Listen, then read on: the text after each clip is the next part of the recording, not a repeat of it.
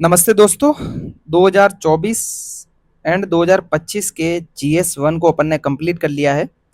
आज अपन UPSC CSC mains 2023 के history के जितने भी सवाल पूछे गए थे उनका एक मॉडल आंसर तैयार करने की कोशिश करेंगे कि किस तरीके से उनके आंसर्स को लिखा जा सकता था। अपन मतलब बैक साइड चल रहे हैं पूरा कि 2025 से लेकर के 25, 24, 23, 22, 21, 2021 तक के जैसे जीएस वन के पेपर सारे पूरे हो जाएंगे, जिसमें हिस्ट्री, ज्योग्राफी और सोसाइटी, तो फिर आपको जीएस वन से रिलेटेड जो भी प्रैक्टिस क्वेश्चन होंगे ना वो प्रोवाइड करवाएंगे, और जीएस वन के सारे जो नोट्स होंगे ना वो भी प्रोवाइड करवा देंगे ऐप पर। ठीक है ना? तो इस तरीके से अपन चलने वाले हैं। आपके जो भी डाउट्स हो, ये जो नंबर दे रखे हैं हमने उस पर आप मैसेज कर दीजिएगा। ठीक है ना? बाकी अपन इस संडे को डाउट सेशन रखेंगे, उसमें जो भी आपके डाउट्स होंगे ना वो सारे क्लियर कर दिए जाएंगे। ठीक है? तो 2023 के मेंस के जो हिस्ट्री के क्वेश्चन थे उनको एक बार देखते हैं कि क्या आंसर लिखा जा सकता था उसमें। ओके, पहला क्वेश्चन था, प्राचीन भारत के विकास की दिशा में भौगोलिक कारकों की भूमिका क्या रही है उसको स्पष्ट करना है। ठीक है? अब इस सवाल को समझने की कोशिश कीजिए कि पूछ क्या रहा है। एक तो प्राचीन भारत, ठीक है, आपको टाइम पीरियड दे दिया कि किस काल की बात करा, प्राचीन भारत की। ठीक है? किस संदर्भ में बात करा, विकास में भौगोलिक कारकों की क्या भूमिका रही है। कि मान लीजिए एंशियंट टाइम में जो भारत का विकास हुआ, ठीक है, उसमें जो भौगोलिक कारक थे उनका योगदान किस किस स्तर पर देखा जाता है। मतलब अगर पहाड़ थे, नदियां थी, तो उन्होंने भारत के डेवलपमेंट में किस तरीके से योगदान अपना दिया। ठीक है ना? तो इन चीजों को अपन देखने वाले हैं। बिल्कुल स्पष्ट समझ में आ गया ना कि क्वेश्चन की डिमांड क्या है। ठीक है? अब देखिए, इसका इंट्रोडक्शन कैसे लिखा जा सकता था। आप या तो किसी भी इतिहासकार के कथन से लिख लीजिए, या फिर जो डेवलपमेंट हुआ था एंशियंट हिस्ट्री में उसको थोड़ा सा ब्रीफली, थोड़ा सा समराइज करके लिख सकते हो। ठीक है? तो हमने किसी इतिहासकार के कथन से स्टार्ट किया है कि फ्रांसीसी इतिहासकार फर्नैंड ब्रॉडेल के अनुसार इतिहास की नींव भूगोल पर टिकी होती है। ठीक है ना? भाई कोई भी इतिहास अगर है ना, तो उसमें उस क्षेत्र की ज्योग्राफी, उस क्षेत्र का जो भूगोल है वो बहुत ज्यादा मायने रखता है। किसी देश की ज्योग्राफी कैसी है वो उस देश के इतिहास को तय करेगी। ठीक है? प्राचीन जो भारतीय उपमहाद्वीप है था, उसकी विशिष्ट जो भौगोलिक स्थिति जो आज भी बनी हुई है, उसमें उत्तर में हिमालय है, ठीक है, दक्षिण में विस्तृत जो हिंद महासागर है। तो उन्होंने कहीं ना कहीं भारत की, प्राचीन भारत की राजनीतिक, आर्थिक और जो सामाजिक सांस्कृतिक निरंतरता थी ना उसको आकार देने में अपनी महत्वपूर्ण भूमिका निभाई। तो आपने जो फ्रांसीसी इतिहासकार थे उनके कथन से आपने स्टार्ट किया भूमिका को। ठीक है? बेटर आपको मतलब आपने पूरा समराइज करके बता दिया कि कैसे किसी देश की, किसी राष्ट्र की हिस्ट्री है ना वो उसकी ज्योग्राफी पर टिकी होती है। ठीक है? अब आपको मेन बॉडी में आना है। ठीक है ना? ये है मेन बॉडी आंसर की। इसमें आपको जो डिमांड है ना क्वेश्चन की, मुख्य डिमांड उसको लिखना है कि भाई कैसे राजनीतिक और जो प्रशासनिक विकास में ज्योग्राफी का योगदान रहा, कैसे आर्थिक और सांस्कृतिक विकास में ज्योग्राफी का विकास रहा। तो आपने चार भागों में दो दो साथ साथ करके बांट लिया इस आंसर को पूरा। अब पहला जैसे डिस्कस करेंगे अपन, किसी देश की राजनीतिक और जो प्रशासनिक विकास जो भी हुआ भारत का, प्राचीन भारत में किस संदर्भ में, राजनीतिक और प्रशासनिक विकास, उसमें ज्योग्राफी का क्या योगदान रहा। ठीक है? सबसे पहले तो राजनीति में आप क्या लिखोगे कि जो भी साम्राज्य विकसित हुए उस टाइम पे उनकी सुरक्षा और स्थायित्व कैसे स्थापित हुआ, उसने ज्योग्राफी ने बहुत इंपॉर्टेंट भूमिका निभाई उसमें। कैसे कि जैसे अपने उत्तर भारत में जो हिमालय पर्वतमाला है, तो उसने क्या किया, जो मध्य एशिया से जो आक्रमण हो रहे थे, मध्य एशिया में उस समय के जो समकालीन समकालीन राज्य थे, ठीक है, उनके जो आक्रमण हो रहे थे उनसे भारत को बचाया। ठीक है? जिसकी वजह से क्या हुआ कि जो मौर्य साम्राज्य था, चंद्रगुप्त मौर्य के द्वारा जो सुदृढ़ीकरण किया गया था मौर्य साम्राज्य का, उसने कहीं ना कहीं आंतरिक आंतरिक जो स्थिरता थी ना उस टाइम में अचीव करी। कि अगर हिमालय नहीं होता तो मौर्य काल जितना फला फूला, जितनी प्रगति, जितना विकास किया भारत में, प्राचीन भारत में, वो शायद नहीं हो पाता। ठीक है ना? क्योंकि बाहरी जब भी युद्ध हुए ना, जब भी बाहरी आक्रमण हुए, जो अपने देशीय जो साम्राज्य थे वो अस्त व्यस्त हुए। ठीक है ना? अस्थिर हुए। तो कहीं ना कहीं जो उत्तरी हिमालय है उसने जो मध्य एशिया से जो भी आक्रमण होने वाले थे ना उनसे भारत की सुरक्षा करी। ठीक है? प्राकृतिक सीमाएं और जो क्षेत्रीय राज्य थे उसमें देखिए, अब क्षेत्रीय राज्यों में भी अपनी अपनी सीमाएं थी। कैसे? जैसे विंध्याचल पर्वत है, उसने क्या किया, उत्तर और दक्षिण को एक अलग अलग भागों में बांट लिया। ठीक है? अब प्राकृतिक विभाजक है, इसको आप तोड़ भी नहीं सकते हो। ठीक है? जैसे दक्षिण में जो चोल, चेर और जो पांडे जैसे क्षेत्रीय जो साम्राज्य स्थापित हुए, उसमें कहीं ना कहीं जो विंध्याचल पर्वत था उसने अपनी महत्वपूर्ण भूमिका निभाई। नहीं तो क्या होता, जो भी उत्तर भारत के साम्राज्य थे ना वो दक्षिण भारत में आक्रमण करते, क्योंकि उस टाइम पे हो ही रहा था। ठीक है, तो अगर वो दक्षिण भारत तक पहुंच जाते या फिर दक्षिण भारत के साम्राज्य उत्तर भारत तक पहुंचते तो अस्थिरता बनी रहती। तो कहीं ना कहीं दो भागों में भारत को बांट करके दक्षिण और उत्तर के जो भी साम्राज्य थे वो आपस में नहीं लड़े। ठीक है, मतलब अपवाद हो सकता है, लेकिन ऐसा नहीं कि लगातार युद्ध में संलग्न रहे। ठीक है ना। ओके, राजनीतिक राजधानियों के स्तर पर अगर देखें तो जैसे मगध साम्राज्य के उत्कर्ष में उसकी अगर महत्वपूर्ण किसी की भूमिका थी तो उसकी जो राजधानी नगर था राजगीर, वो क्या था, 5 पहाड़ियों से घिरा हुआ था। ठीक है, पाटलिपुत्र जो कि गंगा, सोन और जो गंडक नदियां हैं उनसे घिरा हुआ था। तो कहीं नहीं कि जल दूर के इस तरीके से बना हुआ था वो। तो इन पहाड़ियों ने, इन नदियों ने, उस टाइम में क्या होता था भाई, जब भी आक्रमण होते थे ना उस साम्राज्य की राजधानी पर होते थे सबसे पहले, कि भाई अगर आपने राजा को हरा दिया, राजा को समर्पण करवा दिया तो पूरा उसका साम्राज्य आपके कंट्रोल में आ जाएगा। तो जो राजधानी या शहर होती थी उनको एक सुरक्षित जगह पर मतलब स्टेब्लिश किया जाता था। ठीक है ना। तो अपन ने देखा कि पाटलिपुत्र के संदर्भ में अगर अपन देखें या फिर राजगीर के संदर्भ में देखें तो पहाड़ियों और नदियों से घिरे हुए क्षेत्र थे। तो जिसकी वजह से जो भी आक्रमणकारी होते थे वो सोचते थे कि अगर अपन इस एरियाज में गए आक्रमण करने तो कहीं ना कहीं हम ही ना फंस जाए, ऐसा ना हो। ठीक है ना। तो इन इस तरीके की जो ज्योग्राफी थी उस जो क्षेत्र विशेष की, उसने कहीं ना कहीं उस क्षेत्र को स्थिरता प्रदान करने में अपनी महत्वपूर्ण भूमिका निभाई। ठीक है, अब आर्थिक और सांस्कृतिक विकास में किस तरीके की भूमिका रही ज्योग्राफी की, देखिए। अब नदी घाटियां जो भी थी, चाहे आप सिंधु गंगा और जो ब्रह्मपुत्र की जलोढ़ मिट्टियां थी, ठीक है, उसने उपजाऊ घाटियों का निर्माण किया। उपजाऊ उपजाऊ मिट्टी होगी तो क्या होगा, आपके पास कृषि अधिशेष होगा, मतलब आपका जो कृषि उत्पादन है ना वो बचेगा। ठीक है, अब कृषि उत्पादन अगर बचेगा आपके पास तो उससे क्या होगा, व्यापार को बढ़ावा मिलेगा।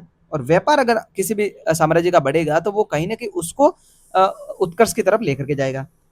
द्वितीय जो शहरीकरण हुआ महाजनपदों के काल में 6ठी शताब्दी ईसा पूर्व में, उसका मार्ग प्रशस्त किया किसने, इन नदी घाटियों ने।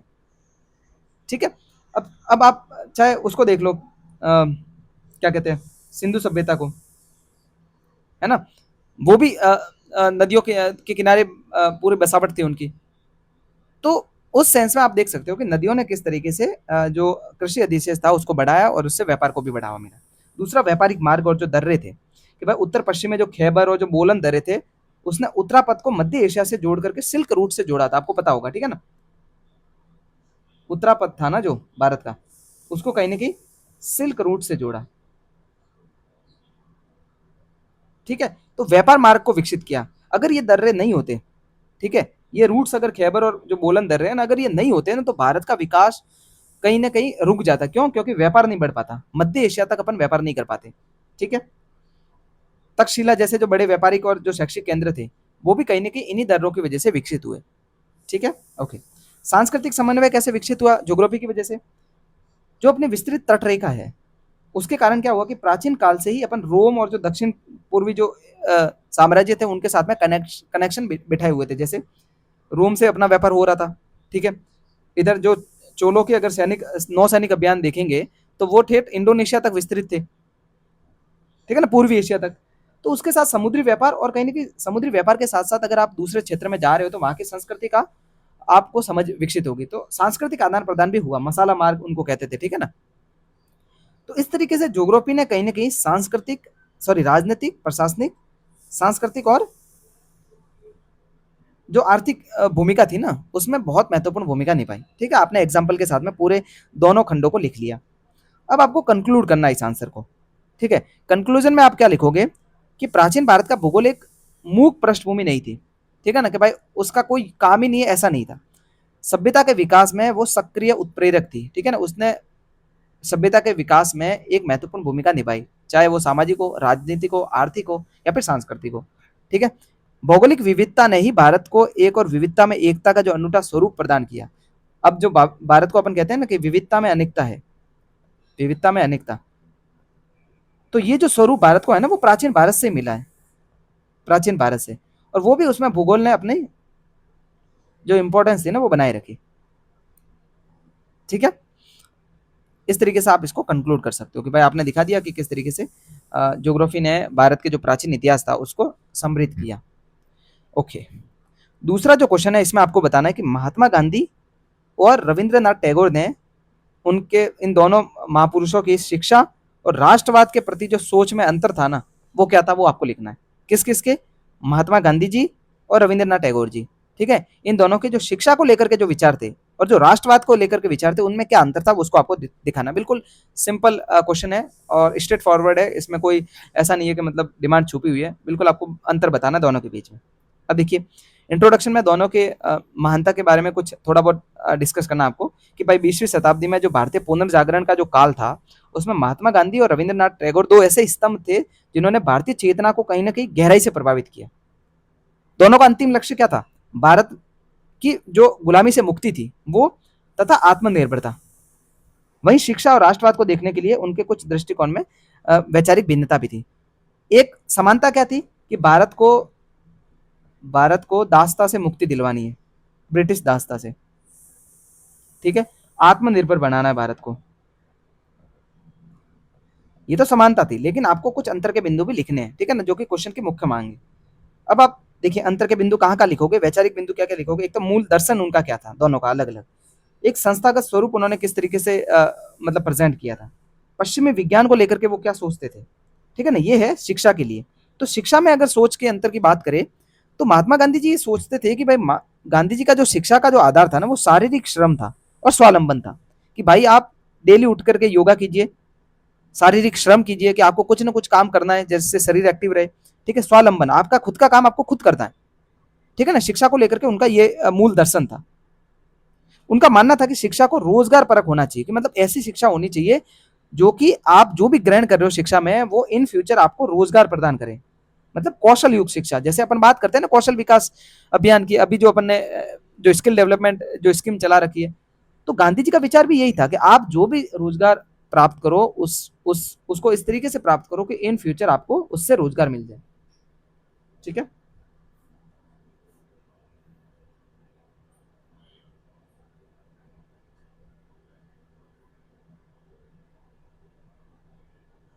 ओके।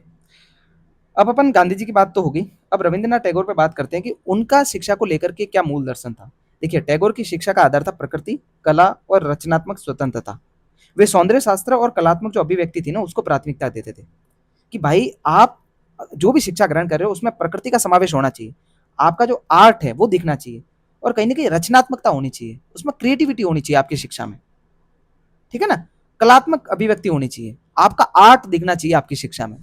सिर्फ पढ़ करके उससे नौकरी लेना ये उनका मतलब टारगेट नहीं था। आपकी शिक्षा आपकी कलात्मक अभिव्यक्ति को प्रेजेंट करती हो। ठीक है ना, तो ये हो गया। ठीक है, ओके। संस्थागत स्वरूप को लेकर के उनका दोनों का क्या क्या मानना था कि गांधी जी ने 1937 में वृद्धा योजना नई तालीम स्टार्ट करी थी। ठीक है ना, अब इसमें क्या था कि उन्होंने मातृभाषा में हस्तशिल्प जैसे कताई बुनाई का जो काम था ना, उनकी शिक्षा पर बल दिया। ठीक है, वहीं रविंद्रनाथ टैगोर ने 1921 में विश्व भारती शांति निकेतन की स्थापना करी थी, जहां खुले आकाश के नीचे प्रकृति के सानिध्य में बैठ करके वैश्विक जो संस्कृतियां थी उनका अध्ययन करना था। समझ में आ गया ना कि भाई at the end Rabindranath Tagore की शिक्षा में प्रकृति हर बार शामिल रहेगी, और गांधी जी की शिक्षा में हर बार आपको कहीं ना कहीं हस्तशिल्प या फिर आपकी जो मातृभाषा है वो केंद्र में रहेगी, और जो रोजगार केंद्रित जो भी शिक्षा है ना, वो आपको हर बार दिखेगी। ठीक है, अब पश्चिमी विज्ञान को लेकर के दोनों को क्या सोचना था। ठीक है, पश्चिमी विज्ञान में गांधी जी सोचते थे कि पश्चिमी आधुनिकता है और जो केवल किताबी ज्ञान है, वो आलोचक थे उनके। वे चरित्र निर्माण को सर्वोच्च मानते थे कि आपको सिर्फ आधुनिक नहीं बनना है। ठीक है, केवल किताबी ज्ञान आपको नहीं लेना है, आपको क्या करना, आपके कैरेक्टर पर काम करना, आपको अपने चरित्र निर्माण के लिए कार्य करना है। ठीक है ना, चाहे वो ज्ञान कहीं का भी हो, चाहे पश्चिम का हो चाहे पूर्व का हो, आपको आपके चरित्र निर्माण पे काम करना है। ठीक है, वहीं रविंद्रनाथ टैगोर जी क्या सोचते थे, उन्होंने भारतीय जो अध्यात्म था ना, उनके साथ साथ पश्चिमी विज्ञान और मानववाद के समन्वय पर बल दिया था। कि भाई पश्चिमी विज्ञान में जो आधुनिकता है, ठीक है, जो विज्ञान की तरक्की की बात है जो पश्चिम में हो रही है, उनको अपनाना, साथ ही साथ मानवतावाद भी रखना है।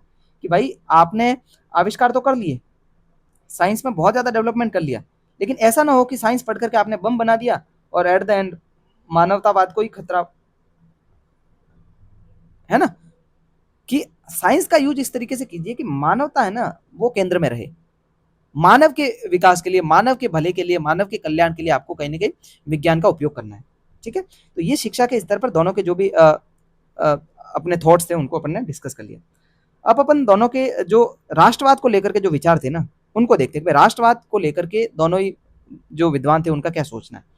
देखिए, गांधी जी का जो राष्ट्रवाद का दायरा था ना, वो राजनीतिक आत्मनिर्भरता थी, यानी कि स्वराज का जो मुद्दा था उनका, कि आपका शासन आप खुद संभाले, उसमें कोई भी सर्वोच्च सत्ता नहीं होगी। ठीक है ना, कोई भी नेता, ना आपका प्राइम मिनिस्टर होगा, ना आपका कोई सांसद होगा, आपका साम्राज्य आपको खुद संभालना है, स्वराज। ठीक है ना, लोगों तक सौंप दो सारी चीजें। स्वदेशी आंदोलन पर केंद्रित था उनका जो भी राष्ट्रवाद का दायरा था। ठीक है, वे राष्ट्र को एकजुट करने के लिए स्वदेशी को हथियार बना करके हर आंदोलन में उतरे थे। तो कहीं कि स्वदेश है ना, स्वराज, ये मुख्य मुद्दा था, ये मुख्य उनका जो दर्शन था वो राष्ट्रवाद को लेकर के केंद्र में हर बार रहा। ठीक है ना, हर अपने आंदोलन में। अब वहीं रविंद्रनाथ टैगोर जी क्या सोचते थे। टैगोर का राष्ट्रवाद संकीर्ण अवधारणा के विरोधी था। वे भौगोलिक अंतर्भक्ति मानते थे जो राष्ट्रों के बीच में टकराव पैदा करती है। देखिए, उनका मानना था कि कोई भी राष्ट्र की कोई सीमा नहीं होती है ना, वो संकीर्ण संकीर्ण जो विचार था उसके खिलाफ थे। कि जैसे ही आप आपके राष्ट्रों के बीच में भौगोलिक सीमा तय कर दोगे ना, तो उससे क्या हो जाएगा, आप आपस में लड़ोगे। तो कहीं ना कहीं आपका राष्ट्रवाद ऐसा होना चाहिए कि सीमाओं से परे हो।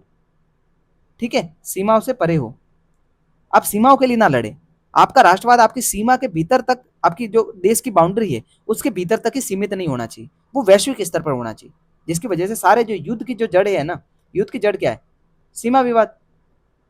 ठीक है, इंडिया और पाकिस्तान के मतलब क्लेश का मुख्य कारण क्या है, सीमाओं को लेकर के जो विवाद है। चाइना के साथ में भी सेम है अपना, नेपाल के साथ में देख ले।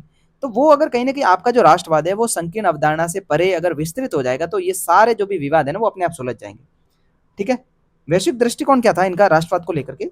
गांधी जी मानते थे कि विदेशी कपड़ों के बहिष्कार और विदेशी वस्तुओं के त्याग को राष्ट्रपति भक्ति का उन्होंने हिस्सा माना, कि आपको, अगर आप भारत में रह रहे हो तो आप सिर्फ भारत का कपड़ा पहनिए। ठीक है ना, भारत की वस्तु जो भारत में बन रही है उसको इस्तेमाल कीजिए, विदेशी कपड़ों का बिल्कुल बहिष्कार कर दीजिए, विदेशी वस्तुओं को बहिष्कृत कर दीजिए। लेकिन जो रविंद्रनाथ टैगोर जी थे, उनका जो विचार था ना वो वसुधैव कुटुंबकम को लेकर के था।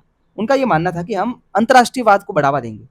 ठीक है, और उन्होंने विदेशी वस्त्रों के बहिष्कार बहिष्कार को क्रूर बर्बादी कहा, कि भाई अगर आपको सस्ते कपड़े मिल रहे हैं तो आप उसका यूटिलाइजेशन कीजिए, आप उसका उपभोग कीजिए, उपयोग कीजिए उसका। आप उसको बहिष्कृत कर करके सिर्फ जो निर्माण हुआ उसको बर्बाद कर रहे हो, है ना। तो अंतर्राष्ट्रीयवाद को उन्होंने बढ़ावा दिया था। ठीक है, इनकी जो राष्ट्रवाद को लेकर के जो विचार था वो काफी विस्तृत था। ठीक है, तो दोनों के जो शिक्षा और राष्ट्रवाद को लेकर के जो विचार थे उसको अपन ने देख लिया।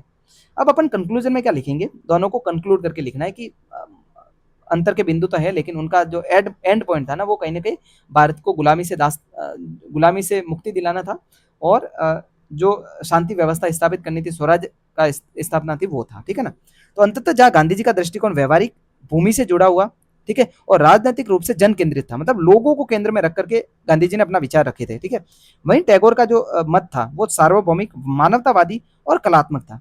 इन मतभेदों के बावजूद भी दोनों ने एक दूसरे को पूरक बनाकर भारतीय स्वतंत्रता संग्राम में नैतिक और बौद्धिक रूप से अपने विचारों को रखा और उसको एंड पॉइंट तक पहुंचाया है। ठीक है ना, तो आपने कंक्लूजन में बता दिया कि भाई भले ही अंतर के बिंदु थे, लेकिन उनका जो एंड पॉइंट था, ठीक है ना, वो दोनों का सेम था, कि भाई भारत को स्वतंत्रता दिलानी है और नैतिक और बौद्धिक उत्कर्ष तक भारत को लेकर के जाना है।